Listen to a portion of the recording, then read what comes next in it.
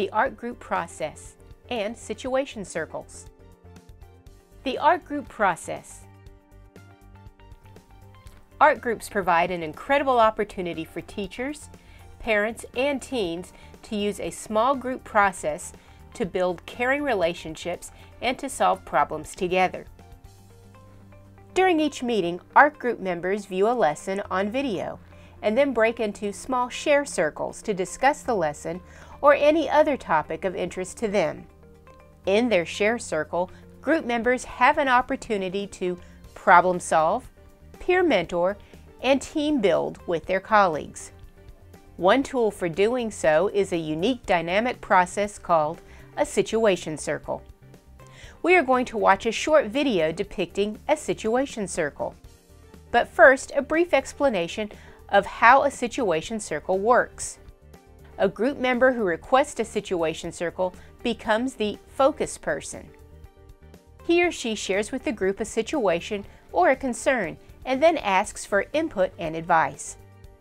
Each member of the group is offered the opportunity to give their single best suggestion in response to that situation. The focus person simply listens and answers with a non-judgmental "thank you" in response to each suggestion. The group wisdom that flows out of situation circles is often of profound help to the focus person. Here is an example of a situation circle in an ARK group for teachers. Great discussion, group. This might be a good time to ask, does anybody have a need for a situation circle? I do. All right, Kate. Well, the other day I was in the hallway and I noticed two boys having an altercation. I went over to break up the fight and I touched one of them on the shoulder, just gently touched one, accidentally actually. And the boy turned around, flipped me off and said, "Don't touch me, bitch." And I was stunned. I mean, I never have heard that in a school setting, and the touch was merely incidental, so I didn't know what to do. Fortunately, Mr. Agnew, our assistant principal, witnessed the whole thing. He came over and said, "You can't talk to her like that, John," and he took the child aside and brought him to his office. I would like to know your thoughts on how you would handle the situation had Mr. Agnew not been there. Thank you for sharing that. Does anybody have a clarifying question before we get started helping her with her situation? I do. Do you know this student? No, I didn't know the student's name until Mr. Agnew had called him John.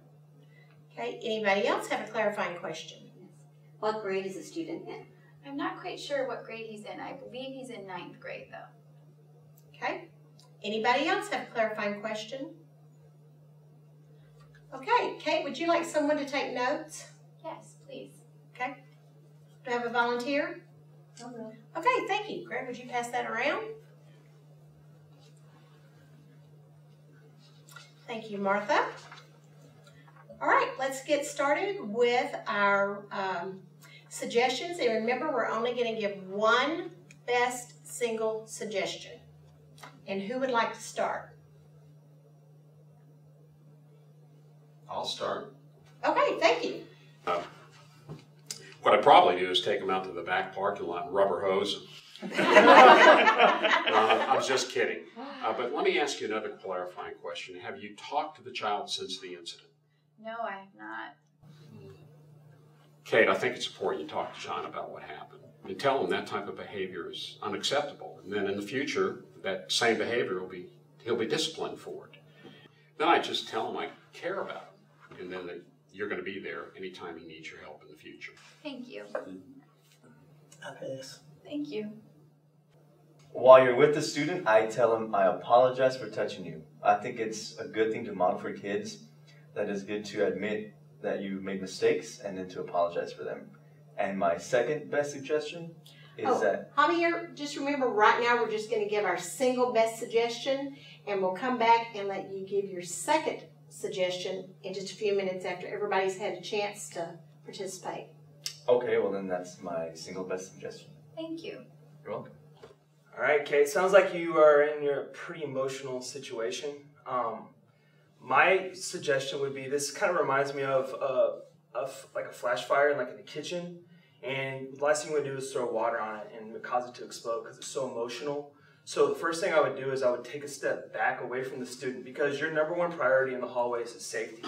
It's safety for you, and it's safety for the kids, and it's safety for John. And so you want to step away so that there is no more contact between y'all two, because obviously that made him feel uncomfortable.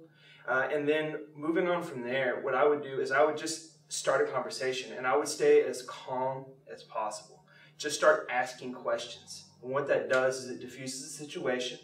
It gets his attention away from whatever the conflict was and onto you. And that's good because you're a safe person and you're calm, and you're going to keep that whole situation calm so that there isn't an escalation of that emotion.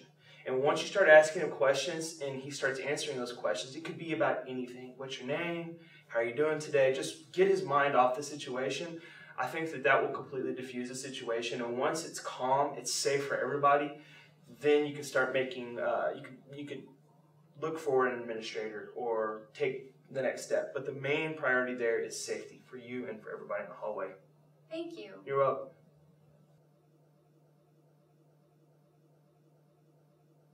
I think I'm glad that you mentioned his name, John, because I had him in class last year. And John is one of those students that is kind of difficult unless you know him really well.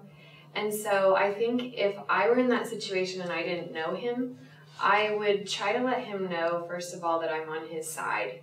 So he's coming at you in an aggressive way. And so instead of you playing the antagonist like he is setting you up to play, I would try to say, hey, I totally didn't mean to touch you there. Are you doing okay? What happened here? Try to let him know that you're his advocate and you're on his side.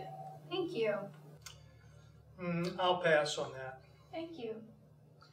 All right, so to piggyback off of some of the other suggestions, I agree that in the moment you should apologize for touching John, and then make it clear that his behavior is inappropriate. You can't call you names like that. But then there's the follow-up later on. So in the moment, just kind of keep it short and brief, addressing things quickly. But later on, either you personally follow up with him, asking what's going on and why that was so bothersome, or since you don't really know the student very well, talk to one of the other teachers who knows him better, perhaps a coach or counselor, and have them really follow up with John and find out what's going on more at home. Thank you. Thank you, Rachel.